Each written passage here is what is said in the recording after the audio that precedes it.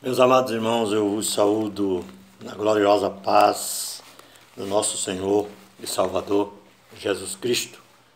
É com muita alegria que eu estou de volta para mais uma palavra de Deus, do coração de Deus para os nossos corações. Hoje eu quero ler um texto maravilhoso na palavra do Senhor, que está no livro de Apocalipse, no capítulo 2, a partir do versículo de número 12, onde diz a respeito da terceira carta à igreja de Pérgamo. É com muita honra que eu estou de volta. Eu sou o pastor João Orlando, e do canal A Voz da Bíblia, e gostaria que você que está me vendo neste momento se inscreva no canal, dá o seu like, compartilhe o vídeo, faça o seu comentário, porque se você compartilhar esse vídeo, você vai estar contribuindo para o crescimento do canal e também contribuindo em algo melhor, que é alcançar vidas, porque a palavra de Deus é a única coisa que pode transformar, pode mudar, pode ensinar, conduzir o ser humano por caminhos retos, por caminhos que agradam o Senhor. Então, se você compartilhar o vídeo, outras pessoas poderão ser beneficiadas com a palavra de Deus, e o Senhor Jesus com certeza abençoará essa vida que ouvi a palavra do Senhor. Então, eu quero ler a respeito da terceira carta à igreja de Pérgamo. E ao anjo da igreja que está em Pérgamo escreve: isto diz aquele que tem a espada aguda de 2 fios. Nós vemos aqui que esse que tem a espada aguda de 2 fios, aqui se trata do próprio Cristo, do próprio Jesus. E essa palavra ela vai se cumprir também lá no Apocalipse 19, quando a Bíblia fala que o Senhor Jesus descerá num cavalo branco, com o exército dos céus junto com ele, e ele descerá para o juízo na terra. Ele descerá com poder e grande glória, que é a segunda vinda dele, aonde nós ensinamos sempre no meu canal que ele arrebatará a igreja e realizará o grande juízo, né? O juízo do grande dia, né? Que é o grande dia do juízo após a grande tribulação. Então nós vemos que aqui na igreja, nesta carta à igreja de Pérgamo, ele disse: ao anjo da igreja que está em Pérgamo escreve. Porque, na verdade, o Senhor Jesus ele enviou 7 cartas às 7 igrejas da Ásia Menor. Nós sabemos que a cidade de Pérgamo ela está na Ásia Menor. Nós sabemos que cada cidade, cada lugar, o Senhor enviou uma carta endereçada ao anjo, ao pastor daquela igreja que tomava conta do trabalho lá na sua cidade. E essa carta que eu estou lendo hoje aqui com vocês, ela foi endereçada à igreja, direcionada à igreja de Pérgamo. Pérgamo era uma cidade no país da Turquia. Nós sabemos que a cidade de Pérgamo está na Turquia, e hoje ela não é mais chamada Pérgamo, é a antiga Pérgamo. Nós sabemos que hoje é a grande Istambul, capital da Turquia, né? É a cidade de Pérgamo. Mas na época em que Jesus apareceu a João, evangelista, na ilha de Pátimo, para trazer para ele essa revelação importantíssima, para trazer algumas orientações, uma palavra de incentivo, uma palavra de correção também à igreja de Pérgamo, lá da Turquia, ele trouxe essa palavra para alertar a igreja da Turquia. Porque, para quem não sabe, essas 7 igrejas, ela representa todas as igrejas mundiais hoje que tem no mundo. Deus usou as 7 igrejas para falar com toda a sua igreja, em todas as eras, em todos os tempos em que a igreja perdurar na terra, né? Até o dia do grande julgamento, até o dia que ele arrebatar a igreja para realizar o grande julgamento. Mas nós sabemos que ele mandou ao anjo da igreja, quer dizer, ele mandou ao pastor, porque Por que ele mandou o pastor? Porque o pastor era o líder da igreja e ele estava incumbido de transmitir para a igreja, para os membros da igreja, para as pessoas que participavam das reuniões ali, para que eles pudessem ouvir o conselho de Deus que vinha da parte de Jesus para a igreja ou para as igrejas daqueles dias. E ele disse: ao anjo da igreja que está em Pérgamo, escreve: isto diz aquele que tem a espada aguda de 2 fios. A espada aqui, ela não quer dizer uma espada de metal, nem de cobre, nem de bronze, não é isso. Essa espada aqui é a própria palavra de Deus, que é como espada alguma de 2 fios, que ela entra no coração do ser humano, ela vai na divisão da alma e do espírito, e ela é apta para discernir os pensamentos do coração. Ela ensina, ela exorta, ela conduz, ela redargue, ela faz muitas coisas na vida do ser humano. Isso quando o ser humano dá ouvido e recebe a palavra do Senhor no seu coração. Ela tem poder de transformar a vida, ela tem poder de curar, ela tem poder de libertar, ela tem poder de levantar o caído, ela tem poder de fortalecer o fraco e ela também tem poder até de ressuscitar os mortos, né? A palavra de Deus é poderosa e essa palavra é o próprio Cristo Jesus, que se encarnou, se fez carne e habitou entre nós. É Ele que veio aqui, que assumiu todos os nossos pecados, nossos erros, as nossas responsabilidades e levou sobre a cruz. E ali Ele derramou a sua alma na morte para cumprir a sua palavra que diz que Ele se fez pecado para condenar o pecado na carne. Ele se fez carne para poder condenar o pecado na carne. Quando Jesus se fez carne, ele veio aqui para assumir, como ele era justo, não tinha pecado, não teve nenhum erro, ele pegou as nossas culpas para ele, ele assumiu as nossas culpas. Isso quer dizer que ele assumiu as nossas dívidas. Ele é a mesma coisa de um ser humano quando alguém está devendo muito e ele sente pena daquela pessoa e ele vai lá e conversa com ela e fala: eu vou assumir sua dívida, eu vou pagar a sua dívida, eu vou pagar a sua dívida, mas você vai fazer isso para mim, né?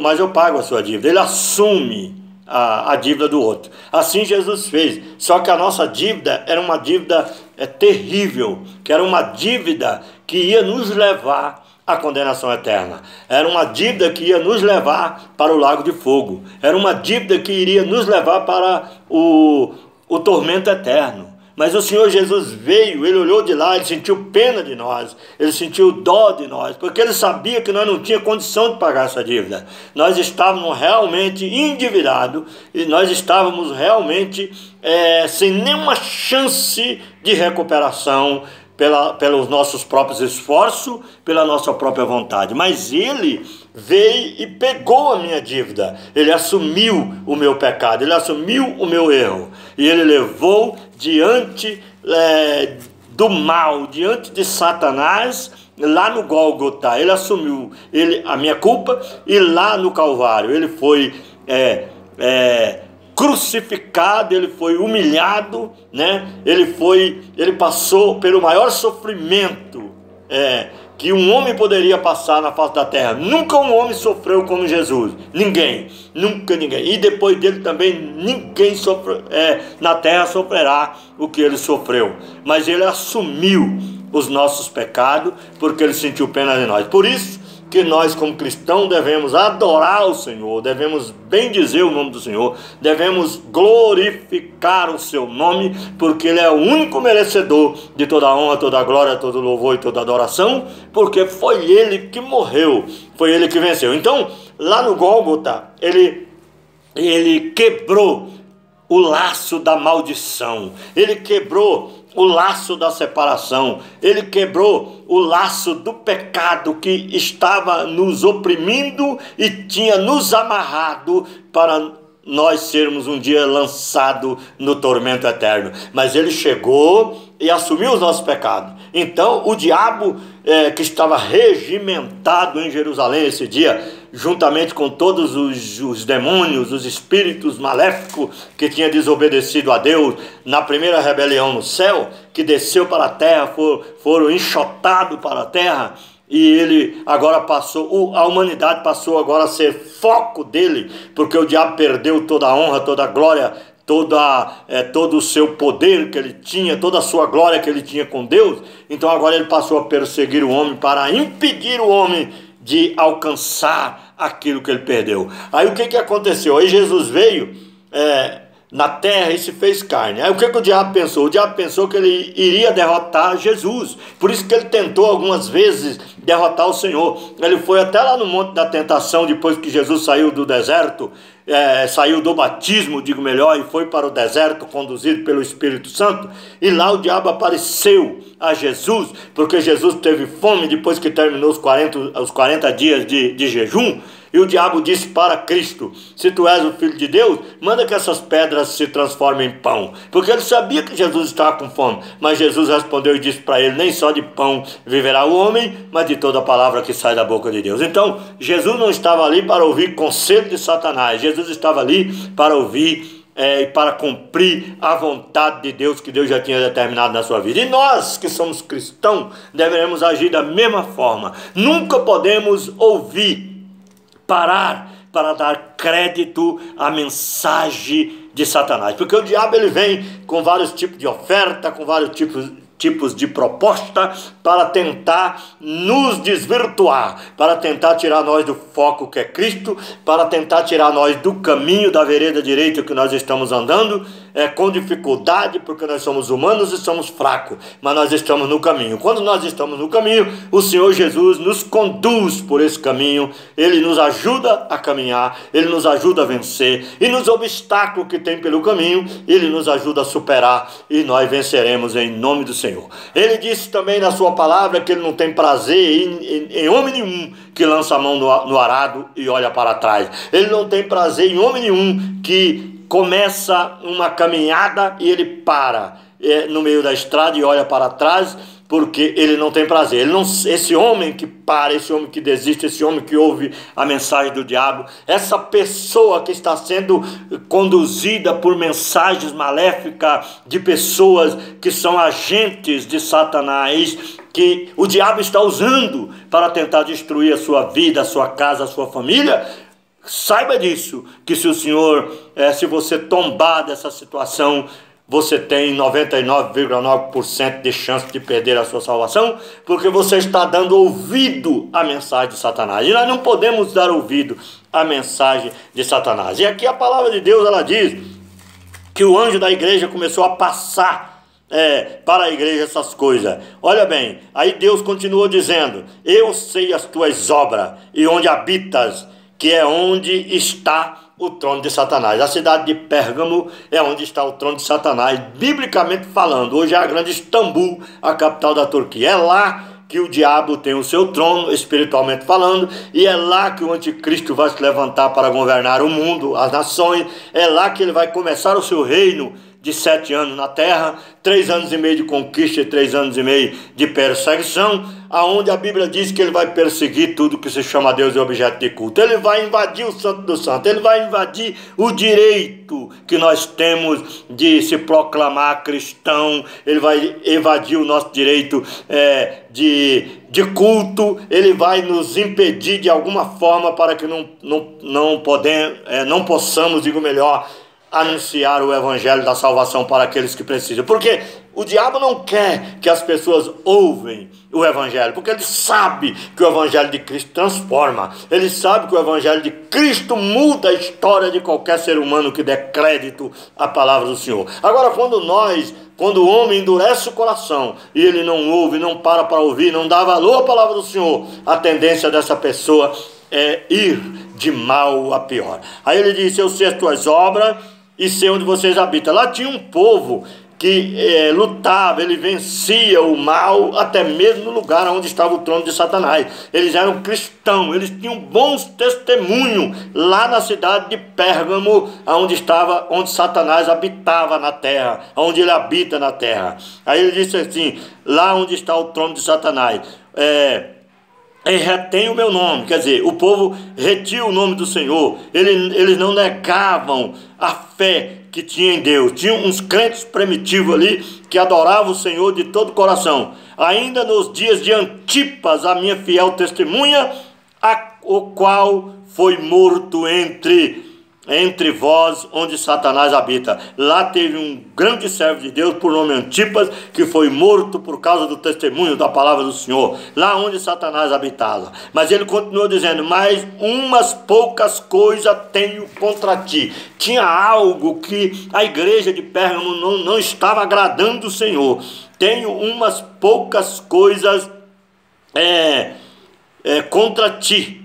Olha bem, mas umas poucas coisas tenho contra ti, porque tens lá, tinha crente, tinha pessoa lá dentro, os que seguem a doutrina de Balaão, a doutrina do engano, a doutrina da falsidade, da mentira. Lá tinha pessoa dessa forma, no meio do povo cristão, que eram falsos. Eles iam com engano, tentando desvirtuar os cristãos do caminho justo, do caminho santo do Senhor, o qual ensinava Balaque a lançar tropeço diante dos filhos de Israel, para que comessem do sacrifício da idolatria e se prostituíssem. Então, lá tinha pessoas que se diziam cristãos, que pregava que nada tinha problema, que nada era pecado, que isso não tinha nada. É igual hoje. Hoje tem muita gente hoje que procura muitos lugares para congregar, que é totalmente liberal, aceita todo tipo de coisa, todo tipo de pecado, todo tipo de mentira. Ainda usa a palavra de Deus e diz: não, nós estamos vivendo no tempo da graça. Isso não existe, irmão. A doutrina do Senhor, a santidade do Senhor sempre foi santidade e sempre será santidade para toda a eternidade. E nós temos que obedecer a palavra do Senhor em todo o tempo que vivermos aqui. Louvado seja o nome do Senhor. E ele continua dizendo: assim tem também os que seguem a doutrina dos nicolaítas, o que eu aborreço. Então, os nicolaítas, a doutrina dos nicolaítas tinha entrado na igreja de Pérgamo. Só que ele trouxe um conselho: arrepende-te, pois, quando não, em breve virei a ti. Quer dizer, Deus estava falando, em breve ele virá, e contra eles batalharei com a espada na minha boca. Deus vai vir no juízo final, ele vai dar uma volta sobre a terra, sobre o Oriente Médio. Quando ele voltar em Jerusalém, ele já aplicou o juízo em toda a terra. Quem tem ouvidos, ouça o que o Espírito diz à igreja. Se você está ouvindo a palavra do Senhor, lembra-te que Deus está falando com você. Se você tem ouvido para ouvir, ouça o que o Espírito Santo de Deus, o Senhor Jeová, está falando com você. E se você abrir o coração, se você obedecer a palavra do Senhor, com certeza a sua vida não será a mesma. A sua vida será uma bênção diante da presença de Jesus Cristo. Olha bem, quem tem ouvido, ouça o que o Espírito diz às igrejas. Ao que vencer, darei eu a comer do maná escondido. Olha que maravilha. Se você vencer o quê? Vencer o pecado, vencer a mentira, vencer o engano, vencer a prostituição, vencer todo tipo de coisa errada que você está praticando. Abandone, vença o mal com o bem, diz a palavra do Senhor. Olha bem, ao que vencer darei de comer do maná escondido que está lá com Deus. Esse maná escondido está na presença de Deus. E esse maná, ele vai ser para a igreja, para os eleitos, para aqueles que acreditarem, para aqueles que aceitarem a palavra do Senhor de todo o coração. E ele ainda está dizendo o maná escondido, e dar-lhe-ei uma pedra branca, e na pedra um novo nome escrito, a qual ninguém conhece senão aquele que o receber. Se você quiser um dia participar do maná que está escondido com Deus e quiser receber um novo nome numa pedra branca, isso vai acontecer logo após a ressurreição, quando Jesus voltar para a festa dos tabernáculos, no casamento da igreja com Jesus, que simboliza que a festa dos tabernáculos vai acontecer na entrada do milênio. É lá que nós vamos receber os nossos galardões. A pedra branca e o maná escondido fala de galardão, fala de presente, fala de honra, fala de poder, fala de autoridade que Deus está dando e vai dar para a igreja,